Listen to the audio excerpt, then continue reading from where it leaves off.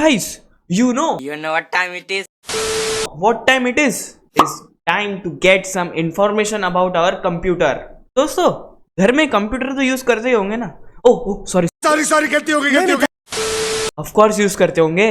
दुनिया में 70 to 80% लोग आज अपने घर में कंप्यूटर यूज करते हैं और मैं भी क्या बेतुके के सवाल पूछूं। दोस्तों इस वीडियो में जो मैं आपको बताने वाला हूं वो है कंप्यूटर के कुछ खतरनाक चीजों के बारे में। जी हाँ दोस्तों, मैं आपको आज कंप्यूटर के बारे में टिप्स बताऊंगा, जैसे कि उसकी कुछ वेरी वेरी वेरी सेटिंग्स नहीं मतलब बेसिकली वो सेटिंग्स जो आपके कंप्यूटर के चालू होने के बाद होती है। मतलब जैसे ही आपने कंप्यूटर को चालू किया, सीपीयू बटन ऑन किया और जैसे आपको पता चल जाता है कि 30 सेकंड 1 2 3 मिनट बाद कंप्यूटर आपको सामने चालू होकर दिख जाता है, तो इसके बैक एंड में जो प्रोसेसेस होते हैं ना उसके बारे में हमने कभी सोचा ही नहीं है कि भाई कंप्यूटर मैंने चालू किया फिर अंदर क्या ऐसे तिगड़म बिगड़म लगता है, क्या एरर वगैरह हमारे सामने आ जाता है, क्या होता है, विंडोज दिख जाती है, क्या कुछ होता है, इसके बारे में हमने कभी सोचा है।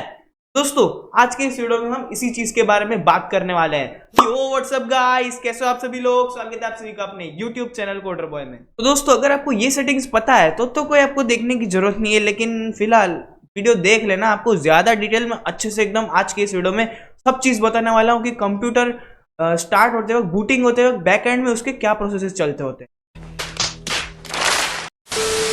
रहे होते हैं। तो दोस्तों बेसिकली आपको आज के इस वीडियो में सब चीज पता चल जाएगी कि बेसिकली कंप्यूटर चालू होने के बाद आपको एरर्स क्यों आते हैं, एरर्स बेसिकली क्यों आते हैं, किस चीज के फॉल्ट की वजह से आते हैं। मतलब बेसिक एरर में आप मास्टर हो जाओगे। और नेक्स्ट चीज मैं आपको बताने वाला हूँ, ये सेटिंग्स का वीडियो आपने अगर स्किप किया ना तो भाई आप ही बोलोगे भारी मिस्टेक हो गया सर। दोस्तों इन शॉर्ट आज का ये वीडियो देखने के बाद आप एक छोटे मोटे मिस्त्री आदमी तो जरूर से बन जाओगे कि अपने पीसी के छोटे मोटे एरर्स आप खुद से ही सॉल्व कर लोगे। आप भी ठीक करके देता हूँ और आप अपने थोड़े बहुत पैसे जरूर से बचा लोगे।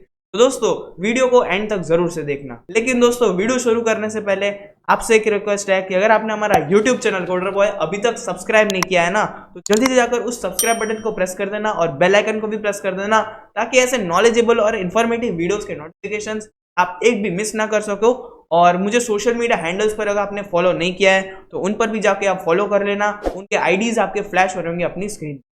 चलिए बिना किसी देरी के वीडियो को शुरू कर लेते हैं। यो गाइस, स्वागत है आप सभी का मेरी डेस्कटॉप स्क्रीन पर। अभी हम चलते हैं सीधा अपने जो फ्लो चार्ट बनाया है उस पर जंप करते हैं। तो दोस्तों सबसे पहले जैसे ही आपने अपना सीपीयू बटन प्रेस किया, आपने मतलब इसमें पावर सप्लाई में बेसिकली एक इनबिल्ट बटन होता है जिसे अपना आप सीपीयू बटन बोलते हो।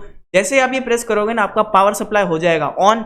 और दोस्तों इसे तो भूल कर भी इग्नोर मत कर देना, ये तो भाई हमारा कंप्यूटर का बेसिक प्रोसेस है, मतलब ये बेसिक यूनिट है हमारे कंप्यूटर का। इसी के मदद से हमारे कंप्यूटर के बाकी सारे पार्ट्स को मतलब करंट पहुंच पाता है, पावर पहुंच पाता है। जैसे ही इसको हमने चालू किया, अगर ये भाई इसको अगर आप भूल गए तो समझ लेना आपकी कहानी खत्म है, आगे आपका प्रोसेस ही नहीं बढ़ पाएगा। खत्म, bye bye, ta ta, goodbye, गया। अगर ये सबसे पहले जो फेल होता है कंपोनेंट वो यही होता है हमारा पावर सप्लाई। फिर बात आगे बढ़ती है, मदरबोर्ड वगैरह उड़ जाए वो बात अलग है। तो दोस्तों इसके बाद जैसे ही हम पावर सप्लाई ऑन होता है, फिर जो है हमारे कंप्यूटर के 3 मेन यूनिट्स हरकत में आ जाते हैं, मतलब चालू होने लगते हैं। वो है बायोस, सीपीयू और रैम। अब यहाँ से जो हमारा आगे का जो प्रोसेस है वो 2 प्रोसेसेस में मतलब 2 स्टेप्स में डिवाइडेड है। इन तीनों यूनिट्स के चालू होने के बाद वो है, अगर ये तीनों जो यूनिट्स हैं हमारे, अगर ये ठीक है तो बात आगे बढ़ जाएगी, कोई दिक्कत नहीं है। और अगर नहीं ठीक है तो कुछ एरर वगैरह हमें देखने को मिलता है। अगर इन तीनों में से कोई भी चीज़ खराब है तो हमें एक एरर देखने को मिलता है जो कि है ब्लैक स्क्रीन एरर। आपने देखा होगा, नोटिस किया होगा, मोस्ट ऑफ जो रैम ही खराब देखने को मिलती है। मतलब रैम खराब तो नहीं होती, बेसिकली उसमें कचरा वगैरह कुछ आ जाता है। सीपीयू और बायोस तो नॉर्मली बहुत रेयरली जो है वो खराब होते हैं, मतलब उनमें कचरा नॉर्मली रेयरली बहुत फंसता है। लेकिन रैम में जो है ना ये बहुत ज़्यादा देखने को मिलता है। आपने नोटिस किया होगा, आपने जब भी कोई मार्केट वगैरह में जाते हो, कंप्यूटर में ब्लैक स्क्रीन एरर आता है तो आप उनको बोलते हो कि भैया ब्लैक स्क्रीन वगैरह एरर आ रहा है, तो वो रैम में कुछ सफाई करके आपको दे देते हैं और आपका जो ब्लैक स्क्रीन एरर है वो रिजॉल्व हो जाता है। बस यही चीज़ है और कुछ नहीं होता इसमें। मतलब बेसिकली डिस्प्ले शो नहीं करती अगर आपका ये तीनों कंपोनेंट खराब है तो। इसके आगे हम देख लेते हैं क्या चीज़ है। मान लीजिए अगर हम अभी हमारा जो कंप्यूटर है वो एकदम ओके है, कोई प्रॉब्लम इन तीनों कंपोनेंट्स में नहीं है, तो हम आगे बढ़ जाएंगे। फिर हमारा जो कंप्यूटर है वो प्रोसेस करेगा, एक प्रोसेस होता है जिसको बोला जाता है पोस्ट, और इसका फुल फॉर्म होता है पावर ऑन सेल्फ टेस्ट। मतलब आपने नोटिस किया होगा अपने कंप्यूटर में, जब भी आपका कंप्यूटर चालू होता है ना, बेसिकली आपको आपके सीपीयू की लाइट, आपकी माउस की लाइट बंद होकर एक बार चालू होती है। वो बेसिकली वही चीज़ है, एक ही वही चीज़ है कि आपके कंप्यूटर को टेस्ट करना होता है कि ये जो हार्डवेयर पार्ट है ये फंक्शन कर रहा है प्रॉपरली कि नहीं कर रहा है। अभी आज के ज़माने में तो ये इतना ज़्यादा मतलब इंपॉर्टेंट प्रोसेस नहीं है, ये पुराने ज़माने में बहुत इंपॉर्टेंट था। पुराने ज़माने में तो ऐसा हुआ करता था कि अगर आपका कीबोर्ड भी चल नहीं रहा है ढंग से तो उसका भी अलग से आपको एरर मैसेज शो कर दिया जाता था। लेकिन आज के ज़माने में ऐसा नहीं है, मॉडर्न कंप्यूटर्स में ऐसा नहीं है। अगर आपने कीबोर्ड माउस नहीं कर रखा है प्लग तो भी आपका कंप्यूटर ऑन होके बैठ जाएगा। वो आपके आगे की हेड है कि आप अपना कीबोर्ड या माउस इंसर्ट करते हो नहीं करते हो, वो आगे की बात है। इसके बाद जैसे ही power on self test complete होता है, आपके कंप्यूटर को ढूंढना पड़ेगा बूट ऑर्डर। अभी बूट ऑर्डर भैया क्या चीज़ है वो हम देखते हैं। तो दोस्तों जैसे ही हमारे कंप्यूटर में पोस्ट जो है वो खत्म हुआ, पोस्ट प्रोसेस जो खत्म हुआ, उसके बाद हमें कंप्यूटर में एक प्रोग्राम होता है बायोस, जिसे बूट ऑर्डर ढूंढना पड़ता है। ये एक तरह की सेटिंग है हमारे कंप्यूटर में जो कि पहले से इंसर्टेड होती है।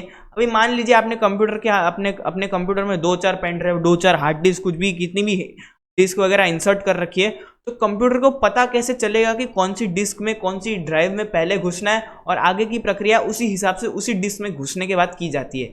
वही चीज़ है, उसी के लिए बायोस में एक सेटिंग होती है जिसका नाम होता है बूट ऑर्डर। उसी में घुस के हमारा जो कंप्यूटर है वो आगे जाके विंडोज़ को लोड करता है। अभी यहाँ से जो है हमारी 2 प्रोसेसेस डिवाइड हो जाती है, 2 स्टेप्स डिवाइड हो जाते हैं। पहले वाला जो है वो पहले देख लेते हैं, जो रेगुलर जिस तरीके से हमारा पीसी जो है बूट होता है। तो जैसे ही हमारे कंप्यूटर को बूट ऑर्डर के रूप में कोई ड्राइव मिल जाती है तो वो उसी के अंदर जंप कर देता है और फिर MBR और GPT ढूंढने लगता है। तो दोस्तों अभी आप सोच रहे हो कि यार MBR और GPT ये क्या चीज़ है। मतलब ये ना बेसिकली एक बहुत ही अच्छे सुंदर एग्जाम्पल के द्वारा मैं आपको समझाता हूँ। तो दोस्तों मान के चलिए आपके कंप्यूटर में, मतलब इससे हम थोड़ा बाहर जाते हैं, एक ऑफिस, एक बेसिकली एक बिल्डिंग है, उसमें 10 लाख कमरों की ऑफिस है, मान लो, ये चल लो आप ये समझ लो अभी। तो उस ऑफिस में एक हेड ऑफिस भी होगी ना, कि भाई कौन से ऑफिस में मेरी कौन सा डेटा कहाँ क्या कुछ स्टोर्ड है, वही है हमारा MBR और GPT।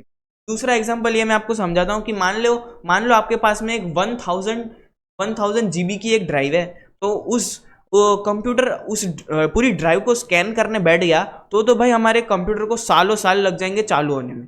तो इसीलिए ये MBR और GPT पार्टीशन को क्रिएट किया जाता है ताकि कंप्यूटर जो है वो डायरेक्टली बायोस जो है वो इसी ड्राइव में जंप कर सके और आगे हमारा बूटिंग प्रोसेस कंप्लीट कर सके। इसी में हमारी इंफॉर्मेशन होती है, हमारी बेसिक जन्म पत्र वगैरह ऑपरेटिंग सिस्टम की इसी पार्टीशन के अंदर स्टोर्ड होती है। और ये MBR जो है ना, ये थोड़ा सा पुराना है, प्रिमिटिव वे ऑफ ट्रांसपोर्ट है, मतलब ट्रांसफर ऑफ डेटा है। और ये GPT है जो है मॉडर्न कंप्यूटर्स में ये ज़्यादा यूज होता है GPT।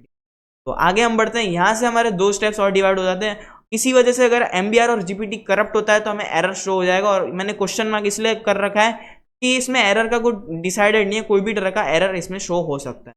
आगे जो है अगर MBR और GPT ठीक है तो आपका जो कंप्यूटर है ना, उसमें जो है बेसिकली जो ड्राइव में आपने, मतलब डिस्क पार्टीशन में आपने अपनी विंडोज इंस्टॉल कर रखी है, वो डायरेक्टली ट्रांसफर हो जाएगी रैम में, और रैम डायरेक्टली ट्रांसफर कर देता है CPU में।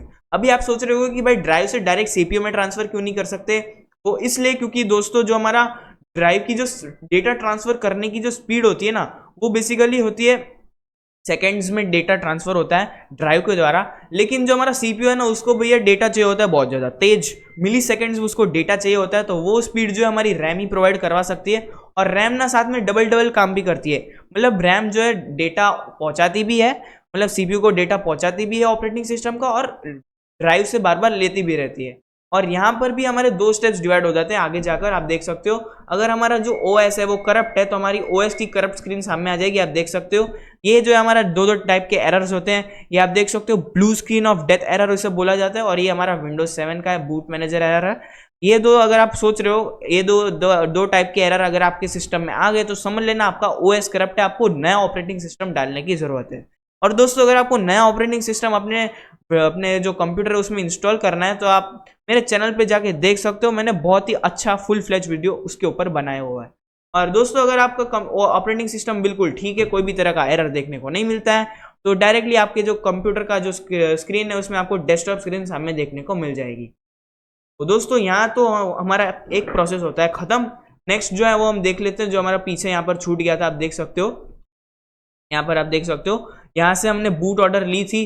बूट ऑर्डर को, मतलब अभी आप मान के चलिए आपने लिया है अपना पीसी जो है नया लिया है आपने, और जैसे ही उसको कोई बूट ऑर्डर नहीं मिलेगा ना, तो वो देखेगा कि कोई पेन ड्राइव या कुछ इंसर्ट तो नहीं हो रखा है हमारी सिस्टम में, और फिर वहां से वो वापस मतलब अगर उसको कोई पेन ड्राइव या कुछ ऐसा नहीं मिला, यूएसबी डीवीडी वगैरह कुछ ऐसा ड्राइव वगैरह नहीं मिला, ऑपरेटिंग सिस्टम नॉट फाउंड मिला, तो आपको कुछ इस तरीके का एरर देखने को मिल जाता है। आप देख सकते हो एरर है ऑपरेटिंग सिस्टम नॉट फाउंड, इस तरीके का कुछ एरर आपको देखने को, बूट MGR इज मिसिंग।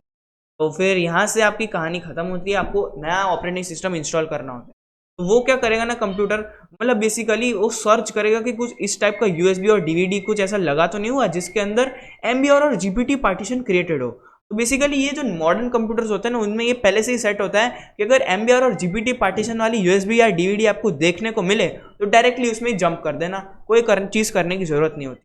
और अगर पुराने कंप्यूटर्स में ऐसा होता है कि आपको बायोस में जाके बूट ऑर्डर सेट करना होता है कि पहले आपको यूएसबी पहले इसी यूएसबी में बूट करना है, पहले ये उसको फर्स्ट में सेट करना होता है, वो सब करना होता है, बायोस में जाके पूरी सेटिंग्स करनी होती है।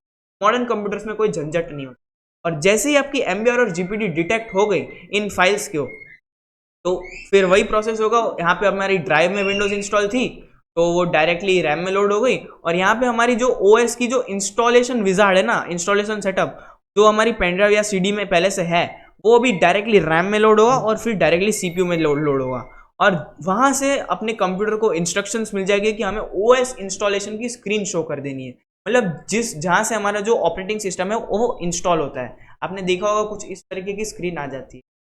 बेसिकली यही था, मुझे वीडियो इस तरीके की अपडेट करना था कि भाई हमारा जो हमारा जो कंप्यूटर है वो CPU बटन तक ही नहीं होता, CPU बटन प्रेस करने के बाद उसमें हजारों लाखों प्रोसेसेस होती है। और अभी तो यहाँ पे मैंने कर्नल को भी इंक्लूड नहीं किया है, देख सकते हो भाई कंप्यूटर चालू होके बैठ गया एकदम अच्छे से, और भाई मैंने भी बहुत मेहनत की, कंप्यूटर ने साथ साथ मैंने भी बहुत मेहनत की है। तो उस चीज़ के लिए दोस्तों आपको चैनल को सब्सक्राइब करना तो ज़रूर से बनता है। अगर आप इसमें और कोई अच्छा, मैं कर्नल को अभी तक इंक्लूड नहीं किया इस चीज़ में, वो कर्नल इंक्लूड होगा तो और ज़्यादा प्रोसेसेस डिवाइड हो जाएंगे इसमें। वो भी अगर आप चाहते हो कि वीडियो बनाए तो अपना सपोर्ट एकदम दिखाते रहो अपने चैनल पे, और अपने चैनल को एकदम अच्छे से 1000 सब्सक्राइबर्स तक क्रॉस करवा दो, ताकि हम और भी ऐसे अच्छे मोटिवेशन मिले हमें भी, और अच्छे अच्छे वीडियोस आपको बिना किसी देरी के ऐसे प्रोवाइड करते रहे। चलिए दोस्तों, आज का ये वीडियो तो यहीं पर एंड करते हैं। अगर आपको कोई और इसी तरीके के टॉपिक के बारे में इंटरेस्ट है, कोई जानना है इस तरीके में, टेक फील्ड में इंटरेस्टेड हो, सब्सक्राइब करना तो जरूर से कंसीडर करिएगा। और सोशल मीडिया हैंडल्स पर अगर आपने फॉलो नहीं किया है तो जल्दी से जाकर फॉलो कर लेना। चलिए दोस्तों, आज के इस वीडियो को तो यहीं पर एंड करते हैं, मिलते हैं अगले वीडियो में किसी नए टेक अपडेट के साथ। तब तक के लिए गुड बाय, जय हिंद।